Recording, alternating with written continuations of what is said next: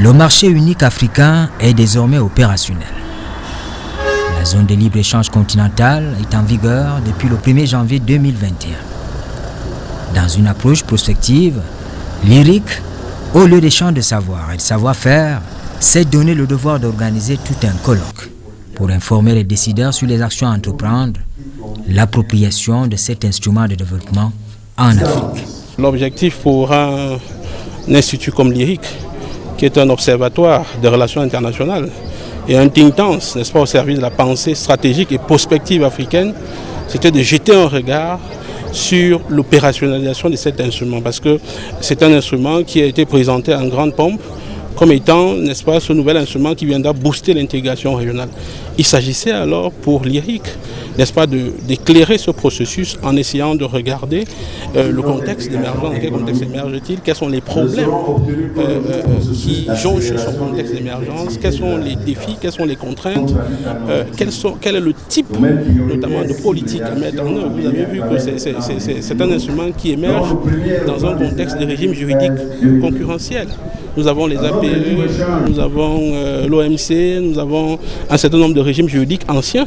Nous avons même à l'intérieur des communautés économiques aujourd'hui, n'est-ce pas, des zones de libre-échange. Comment ajuster ces zones de libre-échange avec la zone de libre-échange continentale africaine? Il faut essayer de trouver des articulations heureuses, de manière à ce que vraiment cet instrument ne puisse pas avoir des difficultés, n'est-ce pas, de mise en œuvre. Ça, ce sont des contraintes qui sont des contraintes juridiques, mais nous avons des contraintes politiques en termes de souveraineté.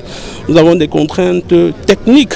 Dans son essence, la zone de libre-échange continentale est un retour aux sources, selon la volonté des nationalistes en Afrique.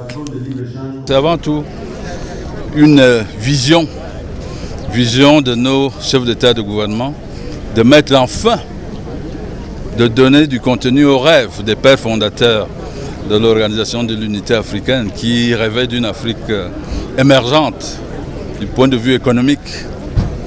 Et cela a été concrétisé par l'accord de Kigali qui crée donc cette zone de libre-échange continentale africaine. C'est un marché, c'est comme ça qu'il faut le comprendre. C'est un marché unique, sans entrave, sans barrière.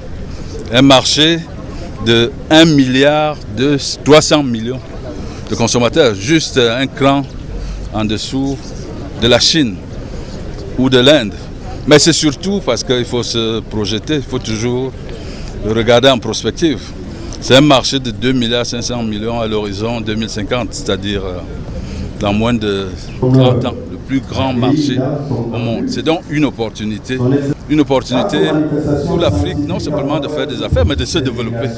De se développer en intensifiant les échanges entre nous, en sortant de la dérive, je dis bien la dérive actuelle du multilatéralisme qui a conduit à une lutte pour des parts de marché, sortant de l'objectif qui est celui de la promotion du développement.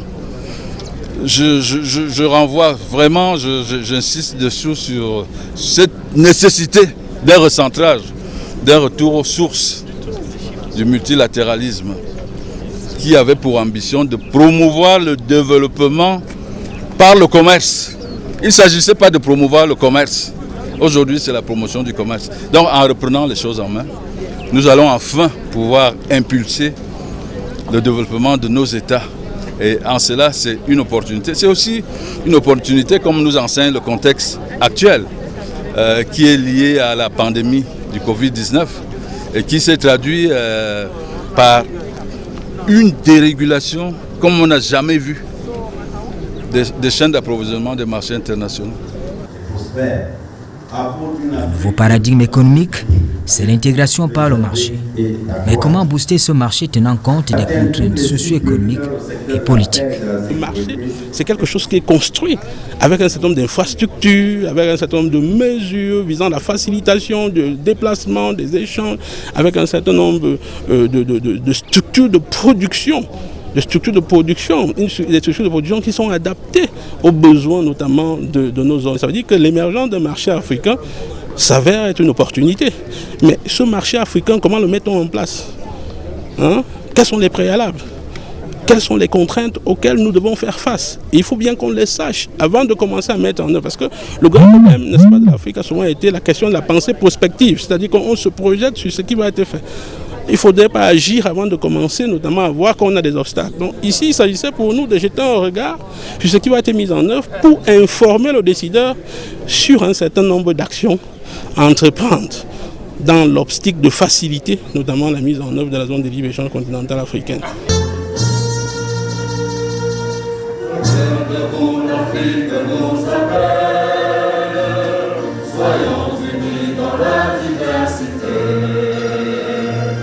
La zone de libre-échange est un atout majeur face à la déconstruction des économies fragiles en cette période de pandémie de la Covid-19.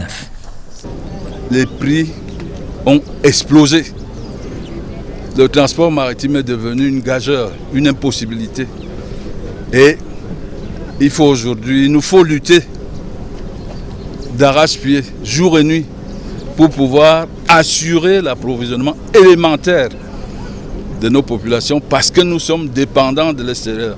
Alors que si nous avions notre marché, nous échangerons entre nous dans la transparence la plus totale. Donc la ZLECAf également, c'est un élément de transparence dans les marchés et c'est bienvenu. La réflexion sous la forme d'un colloque est saluée parce que les actes qui en découlent peuvent aider à la prise de décision. Ce colloque, l'a dit M. le ministre tout à l'heure, a sa raison d'être. Elle permet aux Africains, à l'élite, à l'intelligentsia africaine, de mieux s'imprégner encore de cette notion, de ce qu'est la zone de libre-échange continentale africaine. Et le souhait que je formule à l'endroit de ce colloque qui se tient, c'est qu'à l'issue de ce livre-ci, les conclusions qui suivront, les recommandations, et ça c'est un clin d'œil que je lance à l'Union africaine, que ces recommandations ne soient pas lettres mortes, qu'elles soient prises en considération et qu'au niveau de l'ensemble des États africains, celles-ci soient exploitées de façon à ce que la jeunesse d'aujourd'hui, qui est appelée à diriger notre continent dans le futur, puisse s'en imprégner et que dès le collège, les lycées, universités, on puisse enseigner cette notion de zone de libre-échange continentale. Que l'on sache ce que c'est, que ce ne soit pas seulement un vain mot, qu'il y ait une maîtrise totale de la part de nos jeunes d'aujourd'hui qui, demain, seront appelés à diriger ces États africains. Le colloque, c'est l'occasion donc d'une cogitation, d'un partage de réflexions.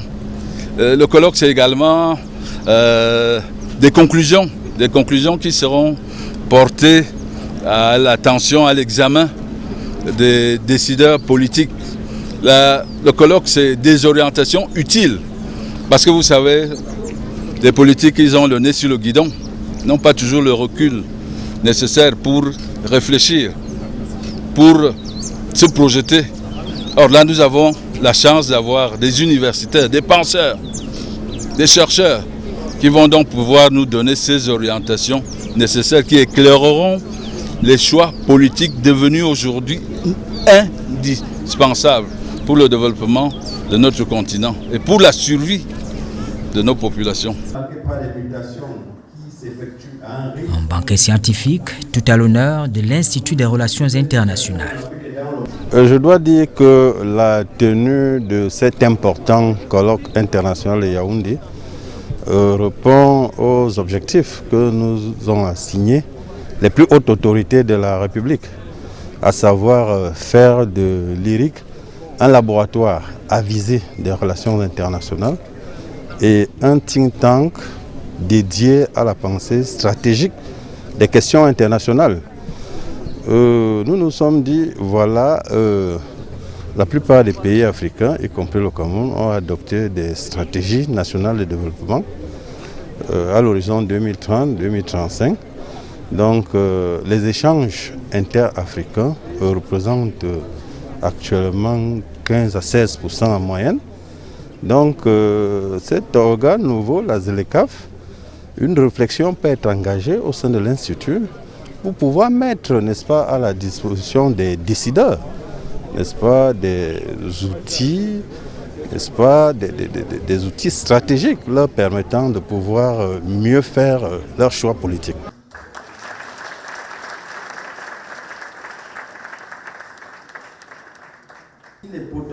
La zone de libre-échange continentale a un outil d'intégration économique régionale qui a l'avantage d'offrir un marché de 2,5 milliards de consommateurs à l'horizon 2050.